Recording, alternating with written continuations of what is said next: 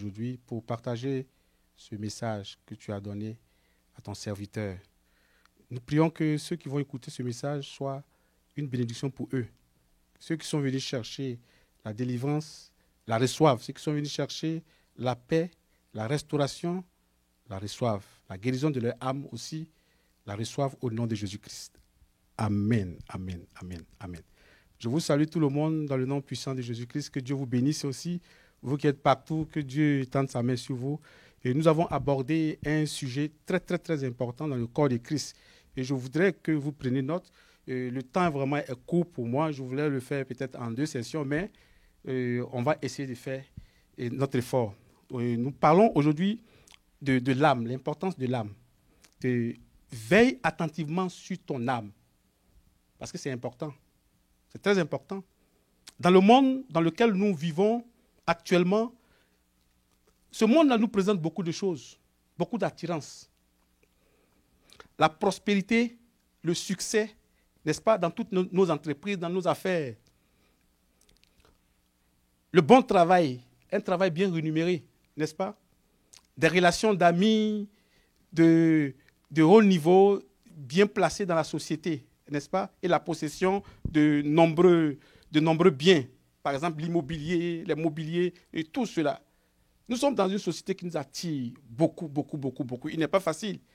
La richesse financière avec un compte en banque bien garni, aussi la popularité et la renommée. Ce sont des choses que le monde nous offre. Sans oublier aussi le pouvoir. Les non-croyants sont capables d'acquérir excessivement ces biens-là. Ces biens qui viennent du monde au prix de leur âme. Ça, c'est une réalité, ça. Mais ils ignorent en un seul jour, tout peut s'écrouler. En un seul jour, tout peut être dilapidé. En un seul jour, tout peut être dissipé.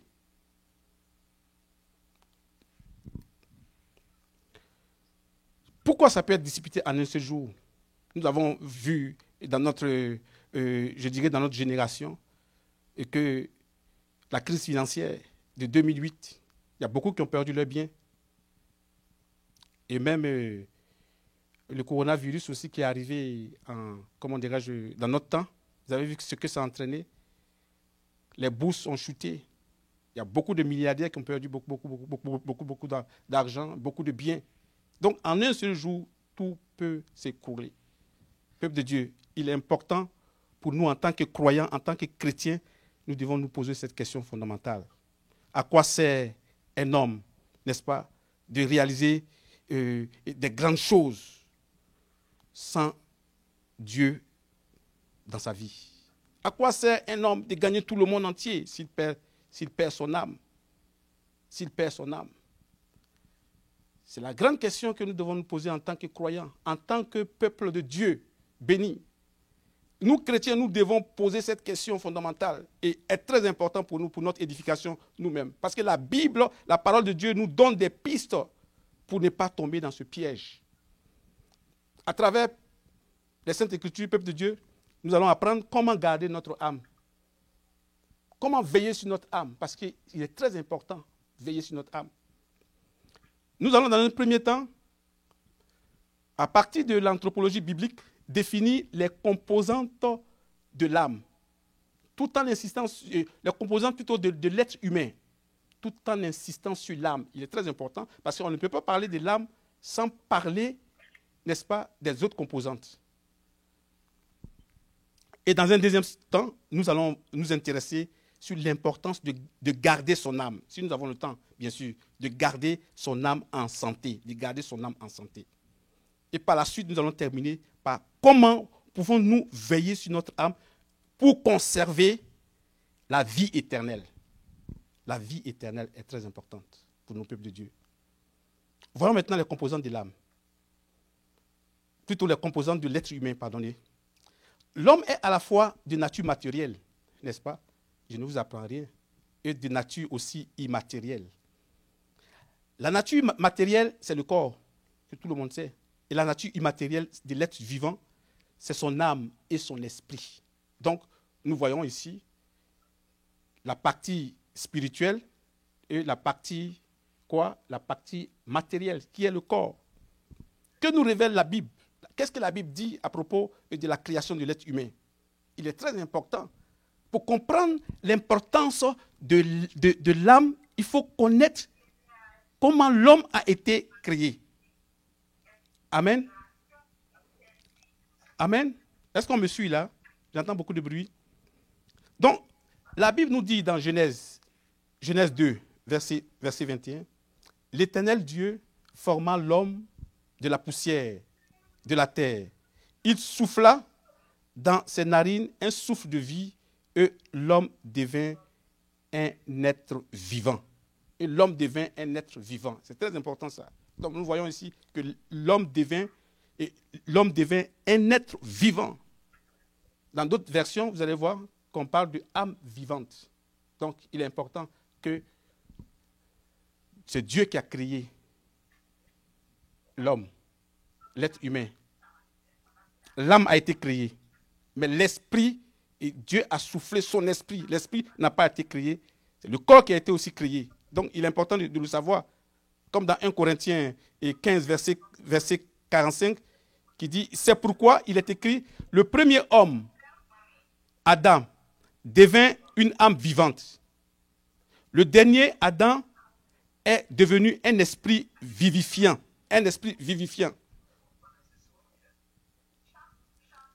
Et la Bible nous aussi en parle dans 1 Corinthiens et dans 1 Thessaloniciens 5, verset 23. L'apôtre Paul considère le corps, l'âme et l'esprit comme trois parties distinctes de la nature de l'homme. Donc, il est important de souligner que la Bible adhère sur cette théorie de la trichotomie, c'est-à-dire l'être humain est formé de trois entités, à savoir le corps, l'âme et l'esprit. Donc nous soutenons cette doctrine de la trichotomie.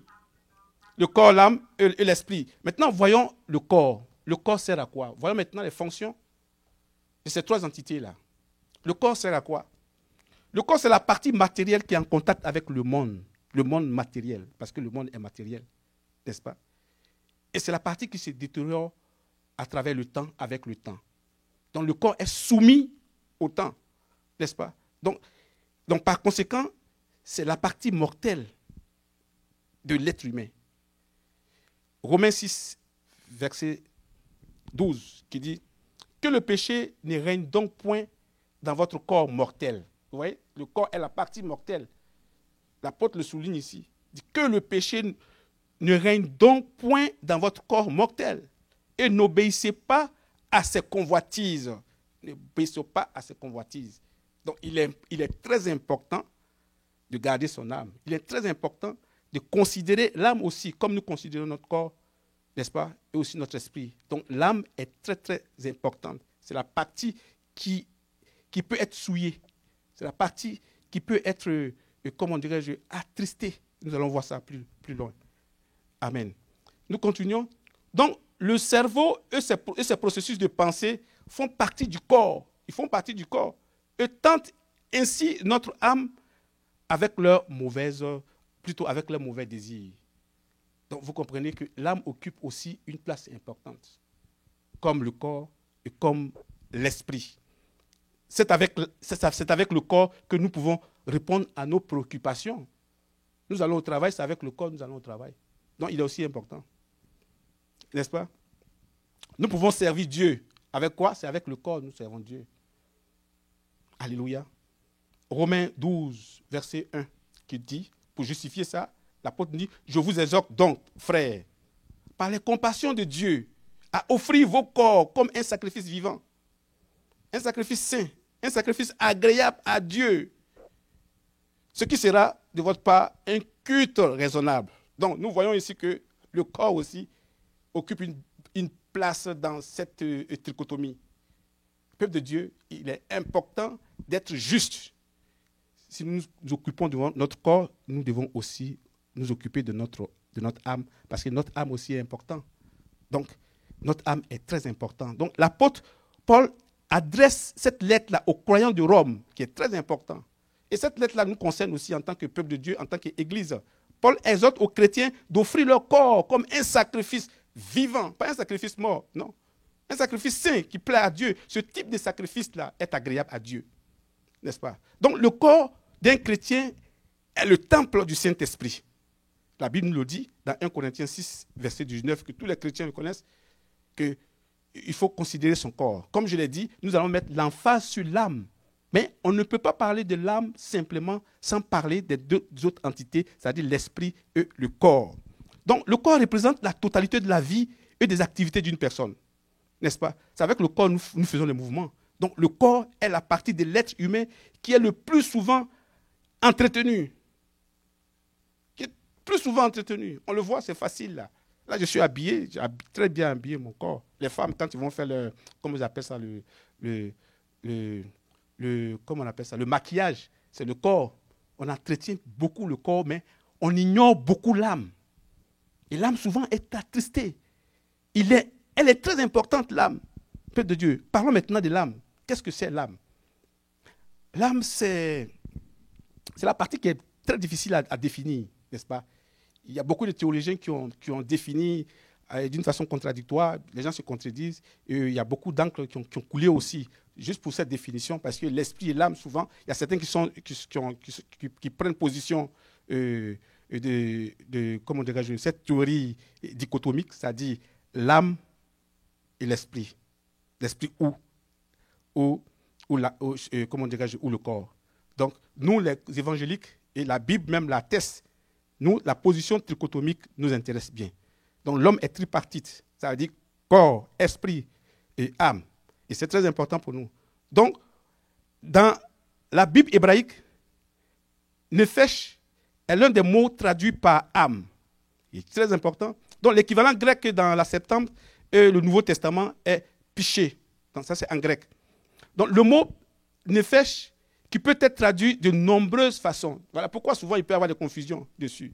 Donc, il est souvent traduit comme être vivant, comme on a vu dans certaines versions bibliques.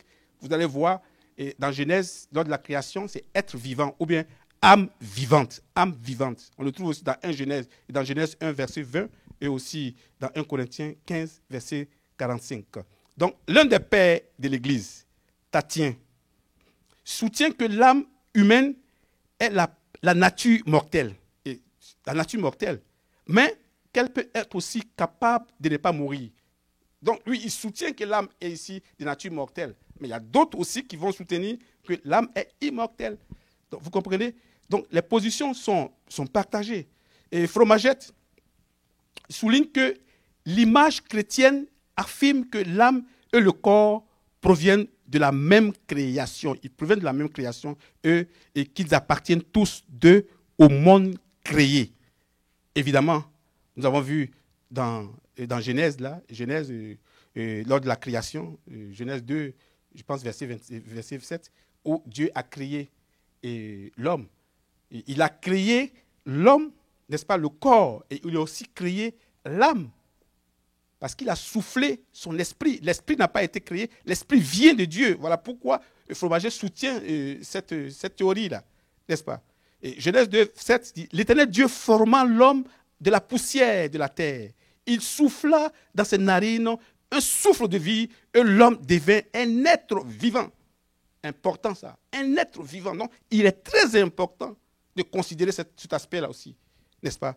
Notre âme doit être valorisée. Notre âme doit être protégée. Notre âme doit être nourrie avec la parole de Dieu.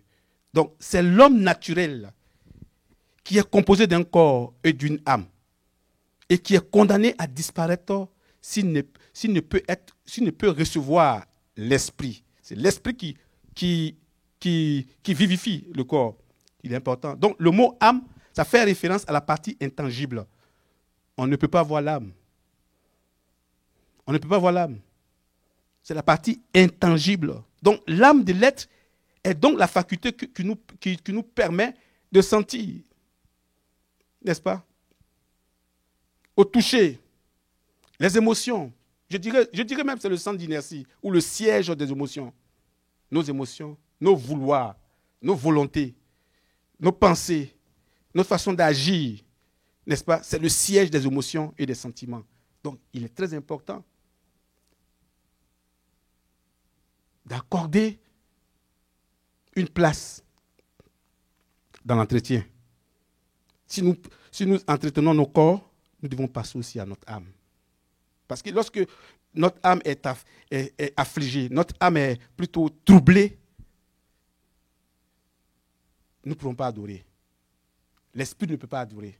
L'esprit veut adorer. Parce que l'esprit, c'est l'entité qui est plus rapprochée de Dieu. C'est l'entité qui est ouverte au Saint-Esprit. Lorsque notre âme est affligée, abattue, nous ne pouvons rien faire. 1 Samuel 1, verset 15, Anne répondit. Anne, vous connaissez Anne? Anne répondit, non, mon Seigneur, je suis une femme qui souffre en son cœur. Et je n'ai bu ni vin, ni boisson enivrante. Mais je répandais mon âme devant l'Éternel. Vous comprenez? Donc les sentiments ici, elle exprime ses sentiments ici. C'est important ça. De considérer l'âme. Il est très important de considérer son âme, de donner une importance à son âme. Le psaume 119, verset 28, qu'est-ce qu'il nous dit? Il dit, mon âme pleure de chagrin. Mon âme pleure de chagrin. Relève-toi selon ta parole. Vous voyez, ça vient justifier que l'âme est le siège des émotions, des sentiments, du vouloir. Donc, dans l'épître de Paul, l'âme est opposée à l'esprit. C'est l'âme qui est opposée à l'esprit. L'homme spirituel étant celui qui vit, n'est-ce pas, par Christ, une vie nouvelle. L'homme spirituel, il est en Christ, il vit une vie nouvelle. Il y a plusieurs passages même de la Bible qui montrent que l'âme est considérée comme le siège de la vie personnelle. Le siège de la vie personnelle. Le péché met l'âme en grand danger. Quand vous péchez, c'est votre âme. C'est votre âme qui est en perdition. C'est votre âme qui court des dangers. La souillure, ton âme peut être souillée. Et il est très important de mener une action vraiment juste. Une action vraiment juste entre ces trois parties-là. L'âme, et plutôt le corps, l'âme et l'esprit. Ézéchiel 18, verset 4, qui nous dit, « Voici, toutes les âmes sont à moi. L'âme du Fils comme l'âme du Père. L'une et l'autre sont à moi. L'âme qui pêche, c'est celle qui mourra. L'âme qui pêche, c'est celle qui mourra. L'âme qui pêche, c'est celle qui mourra. » Faites attention parce que l'âme, c'est une entité qui ne meurt pas aussi. Il a dit ça dans un autre sens. L'esprit ne meurt pas. L'esprit, lorsque quelqu'un meurt, ça dit que lorsque le corps retourne à la terre, parce que le corps a été pris dans la terre. Lorsque le corps retourne à la terre, l'âme sera jugée. Soit cette âme va au paradis ou bien va dans les enfers. Et l'esprit retourne à Dieu, comme on l'a vu dans Genèse, parce que Dieu a soufflé son esprit, il reprend son esprit. Et donc, voilà pourquoi il faut veiller sur son âme. Est-ce que vous voulez que votre âme soit dans le lac de feu éternel? Non. En enfer? Non, bien sûr. Donc, il faut veiller sur son âme. C'est très important. L'âme est très, très, très importante. Donc, malgré que l'âme appartient à Dieu, l'individu est responsable de son propre péché. Peuple de Dieu, ça c'est très important. Dieu a créé l'âme, bien sûr, mais nous sommes responsables de nos actes devant Dieu au jugement. C'est très important. Donc, l'âme est donc la partie de l'être humain qui peut être impactée par le péché. Bien sûr. Donc, l'âme est la partie de l'être humain, je répète encore, qui peut recevoir les transgressions, qui peut être souillée, qui peut être tachée. C'est très important. Voilà pourquoi il faut nourrir son âme. Il faut nourrir son âme. Voyons rapidement l'esprit. L'esprit. L'esprit humain. 1 Corinthiens 2, verset 14. Mais l'homme animal ne reçoit pas les choses de l'esprit. L'homme animal ne reçoit pas les choses de l'esprit. Il est important de comprendre ça. N'est-ce pas? Car elles sont une folie pour lui. C'est tout à fait normal. Et il ne peut les connaître parce que c'est spirituellement qu'on en juge. Il faut marcher selon l'esprit. Autrement dit, il faut que ton esprit puisse recevoir le Saint-Esprit facilement. Parce que c'est par ton esprit, par l'esprit de l'être humain que Dieu peut nous toucher, que Dieu peut nous toucher, n'est-ce pas? Que le Saint-Esprit peut nous remplir. Donc, si nous ne considérons pas l'esprit humain, ce sera difficile d'avoir des révélations. Ça sera difficile de connaître Dieu, parce que c'est à partir de notre esprit que nous connaissons bien Dieu, que Dieu devient connaissable. C'est très important, ça. Donc, nous continuons notre enseignement. La Bible confirme que l'homme est doté d'un esprit. C'est différent. Ton esprit et le Saint-Esprit, c'est deux choses différentes. L'homme est doté d'un esprit et il y a aussi le Saint-Esprit. C'est par ton esprit que le Saint-Esprit passe, n'est-ce pas, pour te remplir. Amen. Ça, c'est très important. Donc, tu dois marcher selon l'esprit. Et lorsque l'esprit te parle, tu dois écouter. C'est le cas de Jean-Baptiste, qui a été rempli du Saint-Esprit dès le sein de sa mère, dans Luc 1, verset 15. Jean-Baptiste a été rempli de l'esprit. Élisabeth, qui a entendu la salutation de Marie. Son enfant qui a sauté, n'est-ce pas, dans son sein, elle a été remplie du Saint-Esprit. On le voit dans Luc 1, verset 41. Aussi, on va voir aussi Zacharie. Vous connaissez Zacharie? Vous vous souvenez de Zacharie? Et lorsqu'il était rempli du Saint-Esprit, il a commencé à parler comme un prophète. La Bible nous le dit. Et aussi, Pierre, rempli du Saint-Esprit, il parlait aux chefs du peuple et aux anciens d'Israël. Acte 4, verset 8. Et à la Pentecôte, où les disciples furent tous remplis du Saint-Esprit.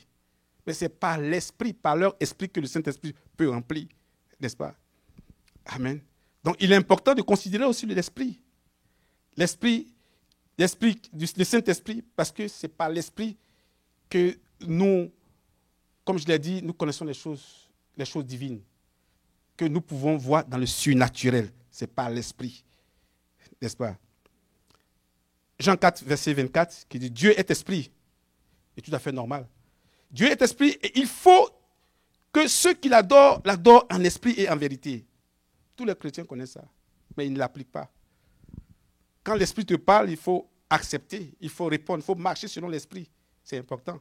Si tu veux mieux connaître Dieu, l'esprit va t'enseigner. Il t'enseigne des choses que personne ne connaît pas. Et ça, c'est très important, ça. Parce que Dieu lui-même, il est esprit. Donc, c'est son esprit qui vient en toi par l'ouverture de ton esprit pour être régénéré. Amen. Il y a un autre passage révélateur du second chapitre du verset 2 de Genèse. Ça confirme que l'homme a une composante spirituelle. L'homme a une composante spirituelle, n'est-ce pas? Lorsque Dieu a créé l'homme de la poussière de la terre, il insuffla quoi? Il insuffla son esprit dans ses narines. Souffle de vie. On fait allusion ici à l'esprit de Dieu. Souffle de vie. Donc, ça n'a pas été créé, il a soufflé. N'est-ce pas? N'est-ce pas? Et ça, c'est très important, ça. Et l'homme devint un être vivant, une âme vivante. Donc, vous comprenez? Amen. Donc, maintenant, voyons le deuxième, comment dirais-je, le deuxième point. On va terminer, je pense que j'ai encore 10 minutes, je vais aller un peu vite. L'importance de garder son âme en santé. Il faut garder son âme en santé. Ça, c'est le deuxième point, ça. N'est-ce pas? Nous avons vu que l'âme peut être souillée lorsqu'on pêche. Le péché va souiller l'âme et conduire dans la perdition. Lorsqu'on reçoit Jésus-Christ, c'est notre âme qui est sauvée. C'est très, très important, ça. Donc, c'est-à-dire que notre âme est délivrée du joug de Satan. Amen. Voilà pourquoi Dieu nous envoie d'aller chercher les peuples. Dieu nous envoie d'aller chercher les personnes qui n'ont plus de repères spirituels, qui sont perdues, les âmes qui sont perdues, n'est-ce pas? Donc, cela doit se faire et sous la poussée de l'esprit. Et voilà pourquoi la parole de Dieu dit, il dit, faites de toutes les nations, ça c'est la grande commission, faites de toutes les nations des disciples. Des disciples. Donc c'est Dieu qui va te oindre, c'est Dieu qui va te fortifier pour que ça soit fait. Baptisez-les au nom du Père et du Fils et du Saint-Esprit. Enseignez-les ce que je vous ai appris. Donc il est important ça, de transmettre ce message-là. Alléluia. Amen. Donc l'âme est très importante. Donc garde ton âme en santé. Alléluia. Et c'est aussi l'âme qui subira le châtiment. Si l'âme n'a pas été sauvée, l'âme sera l'enfer. L'âme va subir le châtiment éternel. N'est-ce pas? Le psaume 34, verset 22, qu'est-ce qu'il dit? Il dit, l'Éternel délivre l'âme de ses serviteurs. L'Éternel délivre l'âme de ses serviteurs et tous ceux qui l'ont pour refuge échappent au châtiment. Ça nous réconforte, n'est-ce pas? En tant que peuple de Dieu, en tant que serviteur, en tant qu'esclave de Jésus-Christ, n'est-ce pas? Que Dieu nous délivre de toute angoisse. Si seulement si nous continuons à le suivre jusqu'à l'arrivée du retour glorieux de notre Seigneur Jésus-Christ. Amen. On va aller un peu pour pouvoir prier. J'avais beaucoup de stock là, mais comment pouvons-nous, le troisième point, comment pouvons-nous veiller sur notre âme et conserver la vie éternelle? Comment pouvons-nous veiller sur notre âme et conserver la vie éternelle? Donc, vous voyez que l'âme est très, très, très importante ici. Quand on parle de la vie éternelle, il apparaît. On ne parle pas du corps. Mais le corps aussi est important, je l'ai spécifié. C'est avec le corps que tu vas travailler, c'est avec le corps que tu vas louer Dieu. L'esprit aussi est important parce que c'est avec l'esprit que tu vas adorer Dieu. Parce que Dieu cherche, n'est-ce pas, des adorateurs ou des adoratrices. Il est très important. Mais ce qui nous concerne ici aujourd'hui, c'est l'âme. Il faut conserver ce salut-là. Il faut conserver ce salut-là. Comment le faire? Comment le faire?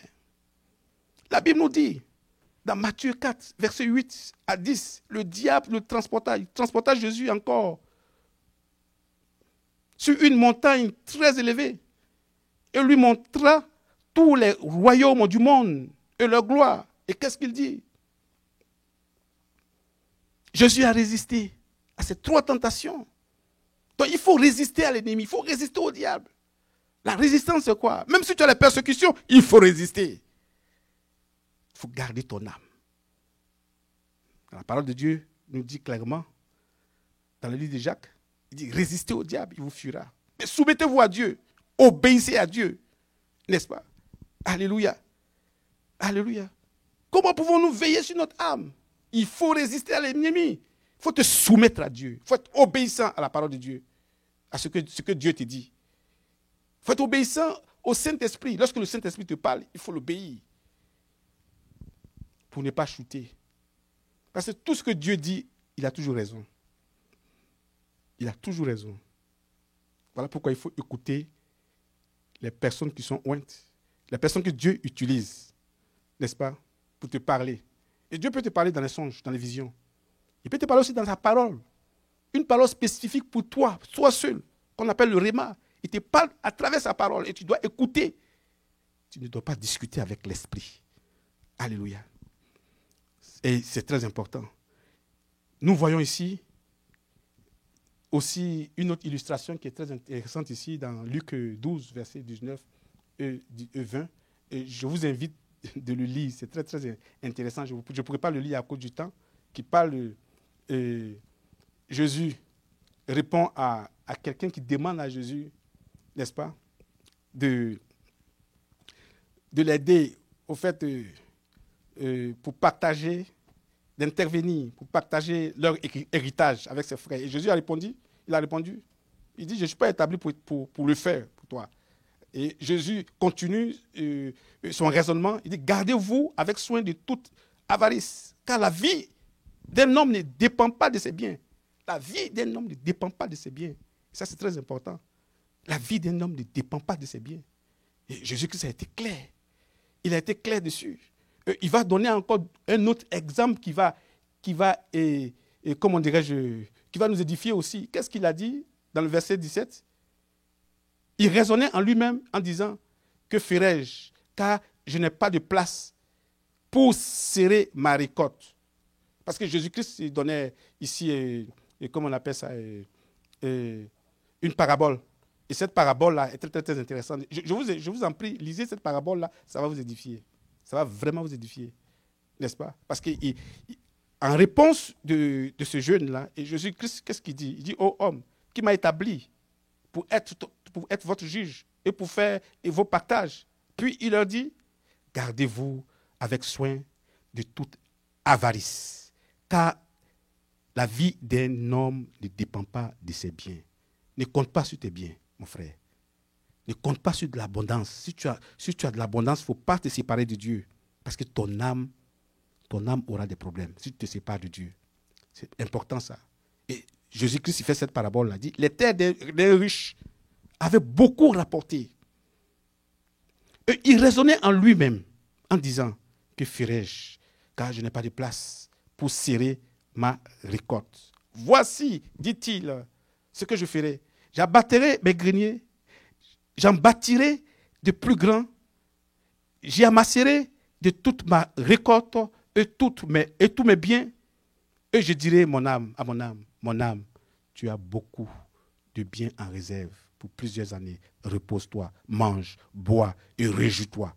Mais Dieu lui dit, insensé, cette nuit-là, ton âme sera redemandée. N'est-ce pas? Ton âme sera redemandée. Dieu est souverain. Dieu contrôle l'humanité. Il nous a créés. Donc l'âme appartient à Dieu. Voilà pourquoi il faut adorer Dieu. À quoi bon de se concentrer sur les biens alors que tu vas perdre ton âme? Peuple de Dieu, est-ce que vous avez compris?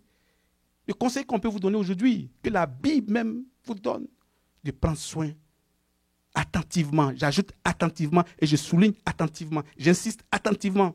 Prends soin de ton âme. Prends soin de ton âme. Parce que nous ne savons pas quand est-ce que Christ sera de retour. Les biens, c'est Dieu qui donne. Dieu n'est pas contre ceux qui s'enrichissent d'une façon normale, bien.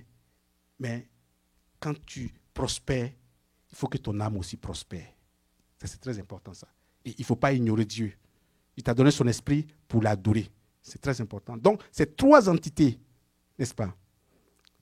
Corps. Il faut servir Dieu avec ton corps. Parce que le corps est le temple de Dieu. Le temple du Saint-Esprit. L'âme. Il faut alimenter ton âme. Il faut nourrir ton âme avec la parole de Dieu. La parole de Dieu est très efficace pour nourrir ton âme.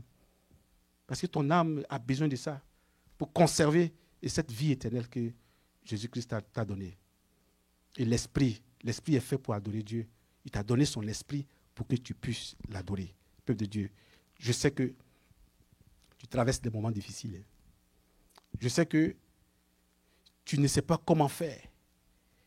Tu as des problèmes. Mais tu demandes souvent d'où viennent mes problèmes. N'est-ce pas? Peut-être tu as ouvert la porte à l'ennemi. Et l'ennemi veut s'emparer de ton âme. Et tu es sous son joug. Comment t'en délivrer? Confie-toi à l'Éternel. Confie-toi à Jésus-Christ qui va te soutenir. Parce que Dieu sait comment faire.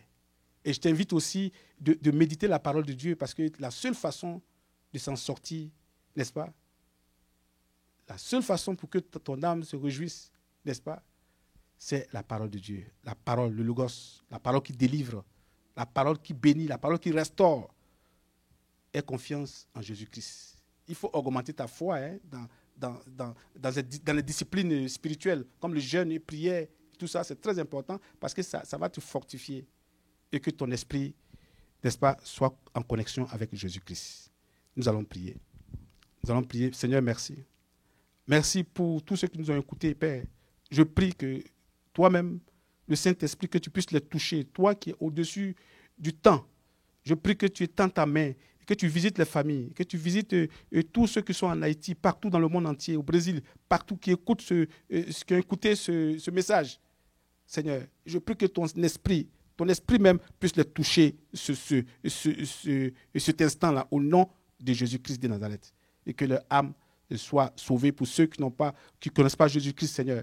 Père éternel, je prie que tu puisses te visiter par ton esprit et qu'il t'accepte comme sauveur et comme Seigneur au nom de Jésus-Christ.